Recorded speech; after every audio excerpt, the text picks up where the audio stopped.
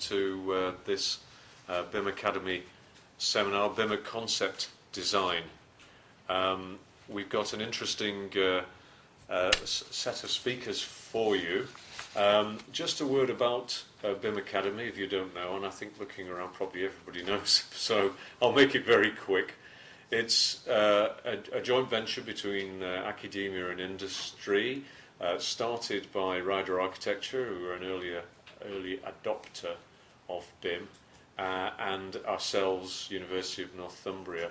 So we collaborate in terms of education, training, seminars like these, also consultancy, research and development. I think I've covered the whack there. If I've missed anything, I'm getting the thumbs up from Peter Barker, who's Director of BIM Academy. So, I'll introduce our speakers one at a time, and first we have there'll be a little bit of time in between speakers whilst hardware gets exchanged and so forth.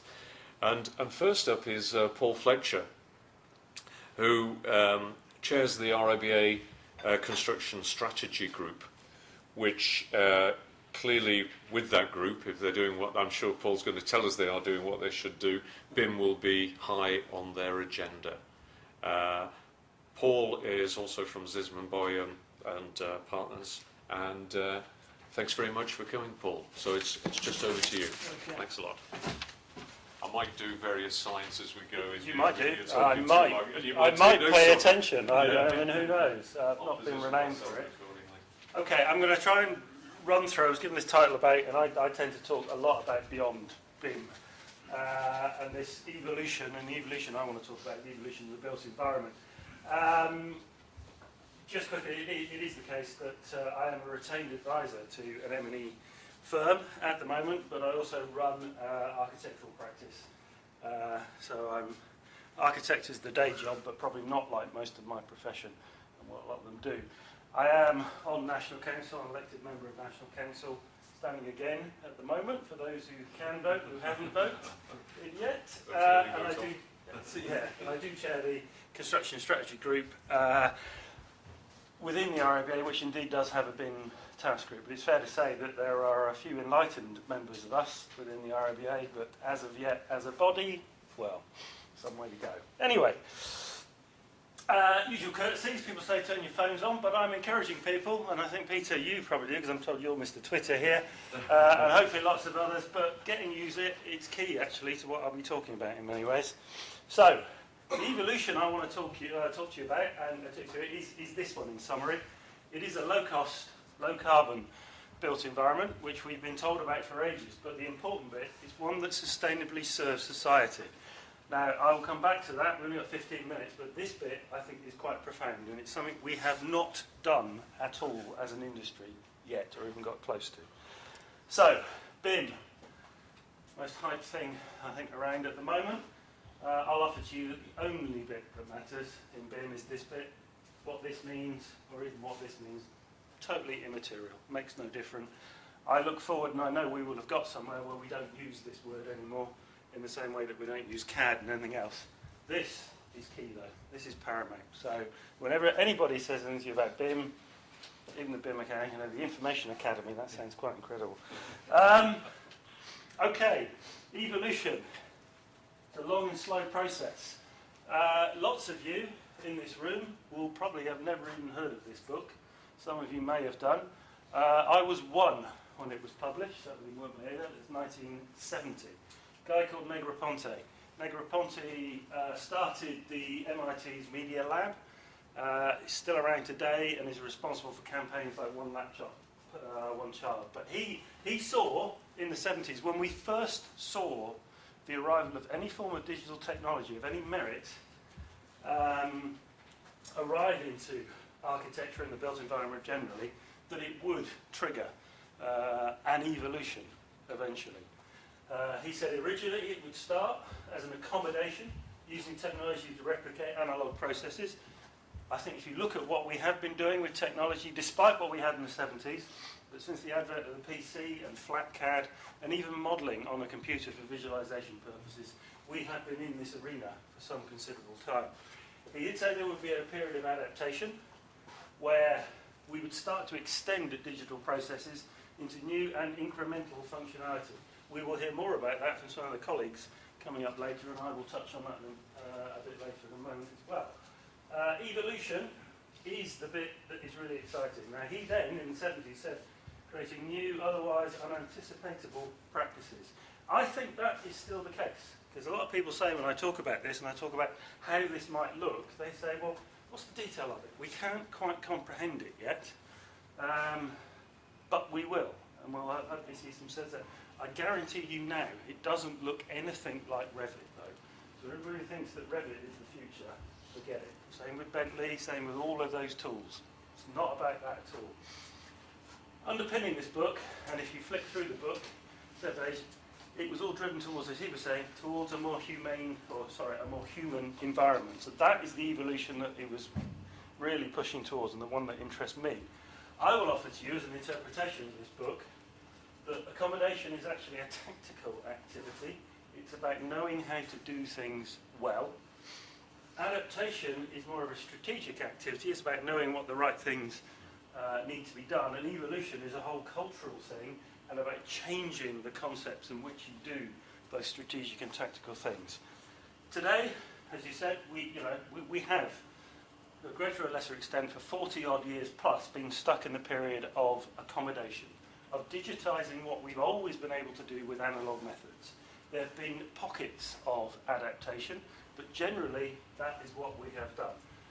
What the government is now pushing, and the advent of BIM, levels 2 and 3, whatever 3 might be, is, I will argue, this point of adaptation when we're doing other stuff.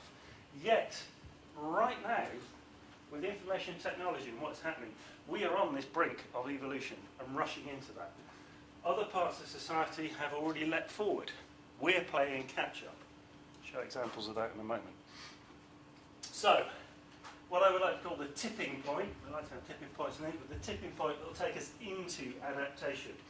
It's as we, as an industry, start to embrace and understand the key differences between output and outcome. I've been giving talks on these two topics for about 2 years now. Very pleased to see that it is now starting to appear in other people's work on construction and the built environment. But in simple ways, I don't know if we're having any wine tonight, but some of us certainly will be later. Think of it as the difference between the glass and the wine. Yeah? We have an industry that's predicated towards output generation, the creation of buildings. We, as an industry, generally don't focus on this bit. It's a byproduct of what we do. This, and understanding this is a focus, is a significant change in adaptation of these technologies. Now, as an example, let's look at what we mean by outputs. This, some of you will have seen, it's out for consultation now. You may or hopefully will know that the plan of work is due for a radical reissue come 2013. This is the version that's out for consultation now. Familiar letter stage is gone. 7 numbered stages, better alignment with what the CIC are doing and various other things. But as it stands at the moment, unless we understand and use it differently, it's still predicated toward excellence in outputs. What we mean by that are all the design activities that occur really from concept design onward, the theme of what we're here to talk about, through into construction. Those design activities, things to do with procurement, program planning, and all those aspects that occur during that. All of them have an evolving set of developing design information. So the design information evolves and develops, and all of them result in project outputs. Eventually a building, but along the way it might be planning permission. It might be some other approval, it might be a cost approval, it might be a work package, it might be instructions for a contractor on site. They're all outputs. How do we move towards outcomes? If you accept that outcomes, buildings and what buildings facilitate being fundamentally more important than the buildings per se. I reiterate again, some of you have got empty glasses. That glass is nowhere near as purposeful as that one. But we as an industry focus on those glasses. So, how can we change? Well, first and foremost, you cannot realise an outcome unless you properly define it. Now, that is actually deliberately meant to be hanging off the screen because a lot of that will happen and it will start before stage 1 of preparation, or what used to be A and B. We are talking about stage 0. There's a group that I'm involved with as well, talking about intelligent commissioning. How does one think about delivery of outcomes via a building? But through proper definition, you have every chance of realising, the outcomes at the end. Lo and behold, intelligent brief, not my words, the government words. I take it everybody here, so I don't tell you anything about the government construction strategy, I take it everybody here has read or at least some familiarity. So intelligent brief as being something that is targeted on outcome. They don't quite know how to achieve it yet as part of the work to be done. But if you look at any of the diagrams, I'm sure a lot of you have seen people like Dave Philp speaking of us, they show a very complicated diagram. It starts with a brief that's all about outcomes. Same difference. What is key though, and important with in an outcome-driven route with concept design against an intelligent brief, is what you can do with verification. Something we cannot do right now. Early stage conceptual designs are arbitrary, and we make rule of thumb assumptions whether it will work or not. It's invariably not until much later in the process that we actually find out whether or not that building could do some of the things we want it to. Usually not until use we realise how badly it performs. Having an information construct and an intelligent brief, you can verify the work, and the verification goes on through the whole process. Now, through a process of verification, you have every opportunity of project outcomes resulting from delivery of project outputs that meet the intelligent brief. And in fact, if you've done it well, you have the opportunity to validate feedback back against that and learn and take it somewhere else. Now, those of you, and hopefully I haven't been going long enough yet for you to want to fall asleep, say, well, what were those stupid green balls that were dancing around? You didn't refer to those. Well, lo and behold, this is the pain and the agony, if you like, and this is why I use the word born. There's a few women here, and I know I'm doing it tokenistic, but it's giving birth to the ability to work, if you like, on an information-based methodology. This, the so-called data drops, whether they're in Kobe or whatever, but the data drops that we are going to be obligated to carry out, that are a key part, are the enablers of an outcome-driven process, because they allow you to ask substantial and meaningful questions as to why you've done what you've done at that stage of the project. So I would argue to you that simulation, and we will hear various examples of simulation, I believe from the later speakers, enabled by BIM Level 2, will drastically enhance both the precision and accuracy of optioneering, for want of a better word, call it design if you like, during concept design. So fundamental decisions that are made at the very early stage of a project can be demonstrated and understood to actually be the right decisions to make to achieve the outcomes being sought. Fundamentally different to how we work at the moment. So, the real tipping point from adaptation, if that takes us into it, will be when we collectively bring this together, and there's been studies done on this already, into the realm of building physics. So building architecture and building services. Someone here, I'm sure, has lots of shared views with me, based on reading his biog, and I'm looking forward to the train journey back and a chat with him, I hope.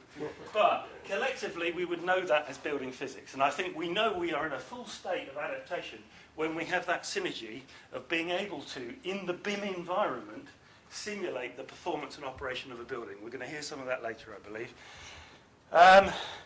So, how am I doing time-wise? Oh, I've lost track. Oh, well, that's good, though. That's good. There isn't too much more. Again, looking at the age of some people, they may or may not, but I certainly remember Egan. Do you remember Egan, the Egan Rethinking Construction? What we could learn from the car industry. I'm not sure what we took on board from that, but the car industry has learned. So the time Egan was talking about it, they were learning how to build cars with the utmost precision. And I will argue to you right now, if you were to go out to the market and buy yourself a brand new car, the hardest thing to do would be to buy a bad one. As far as it was built, engineered, its performance and all the rest of it. It just doesn't happen anymore. Korean manufacturers now will offer you a 7-year unlimited warranty on a car. So building something to a state of perfection is incredible. You know, it's already there. So how do people choose their cars these days? Not based on those factors so much, but on the experience of ownership, on the outcome. I want to feel like this in this car. I want to do whatever. There are other factors that are now key to that decision process. As a more literal and up-to-date example, iPad, Samsung Nexus or whatever it is, essentially same bits of hardware made probably in the same factory. And you say, well, what's the differentiation? Apple said you infringed copyright and all the rest of it. They said, well, you haven't, because the judge, and so this became, you know, a statement made by a judge, is the Galaxy tablets do not have the same understanding and extreme simplicity which is possessed by the Apple design. They are not as cool. This was a judge saying that. They look almost identical. What he is talking about is the outcome. It's the experience of using this piece of kit, not just the output. So, where does that take us? Let's look at what evolution might look like. Laws of physics, we're going to hear stuff of that coming up. Extensively rational and predictable. So we can model them very well, we can understand them. Human behaviours, all of us, guess what? We're mostly irrational, frequently unpredictable. Don't think that's the case? Look at any BREEAM excellent building at design, 6 months down the line, it's probably on a D or an E or an F or something like that. And what is the excuse? Oh, the users didn't know how to use the building. Is that true? Or did the building not understand what the users were trying to do? Have we got it round the wrong way? So I would argue that there's a wicked problem. BIM and where we're going, and BIM level 2 will enable us to adapt into a world of joined up building physics. There is, though, and everybody spotted it, a ruddy great elephant in the room. And it's all of us. It's human beings in buildings. Buildings in use aren't in use unless there's someone in them. You know, just in that building. That's what we mean by it. Thankfully, there is a science. It's called behavioural economics. It's growing in interest and it has been used for about 10 years in various ways. Again, I'm involved with some research going on with various government departments and other people on understanding the impact of behavioural economics on the built environment. So I would argue to you that the evolution that is a culture, this interdependent cooperation, is a combination of architecture, building physics, and behavioural economics. Understanding what people are likely to do in buildings and modelling that. Well, I think we'll see an example of physical activity of people related to psychological, but we're all about the psychology here. Getting to the bottom of sick building syndrome. Why does a kid learn better in one school than another? Why does someone get better in one space than another? Why are people more productive in one space or another? This is the magic. Think this isn't the case? Well, we'll come on and argue that. So, remember I said about this, information being key, the centre of BIM. Here's a statistic for you. Some of you may already know what this is. If you don't, it's about the size of a typical Revit model. No, it's not. I'm not a fan of that technology, you can tell. It is the size of the internet, roughly. 500 billion gigabytes. And everybody says, oh, you can't manage that much information. You're all doing it already. You all use Google. You can all access that information like that. And we're going into the details of that, but you know, what does that mean to me? What does that mean to behavioural economics? What does that mean in relation to BIM? Well, the government, only last week, talked about its open data initiative.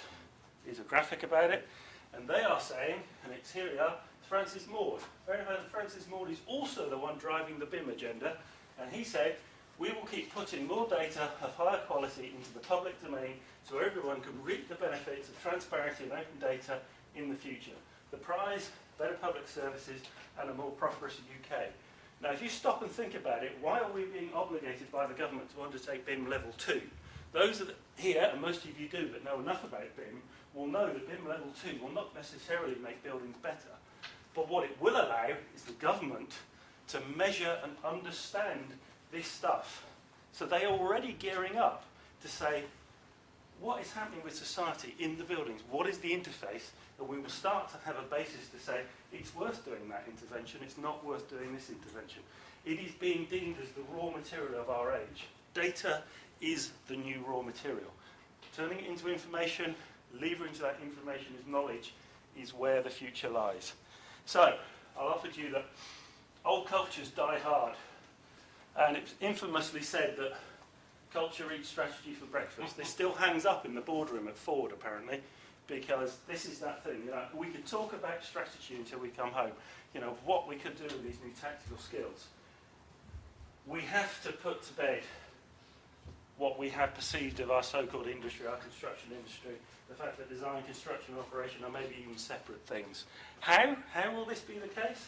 I'll argue to you that the seed of the evolution is information democratization. Everything you're hearing there, BIM enables everybody to interact with a common data set, a common data pool, a common data environment, whatever you want to define it as. It means that the old basis of role is no longer as relevant. Skill, competence and expertise is what matters. Who's to say that me as an architect is the one that should lead a particular decision basis? I should be part of a team that includes construction, constructors, suppliers, end users and all sorts. And we commonly make the decisions. This is the basis of evolution, and I would argue to you that, that evolution is the move towards a built environment industry. RIP construction industry, we've got to move beyond. The car industry now is the automotive industry. It is not the car manufacture industry anymore. We need to embrace this. It's the built environment and how we provide that. How that is rich with innovation focused on excellence and outcomes, and how that is the case through sustainable manufacture of outputs. Because through that, we will achieve this. So we're saying here, this is output, low cost, low carbon, built environment is our output. The outcome is if that sustainably serves society. That's the magic, that's the purpose of doing all of this. Because if we are to carry on with what Negroponte first prophesied in the 70s, we have hope that we will move towards a more human environment. And I think that, for me, makes all the nonsense of doing this BIM learning journey that the industry has to go through worthwhile. That's all I have to say. Thank you very much.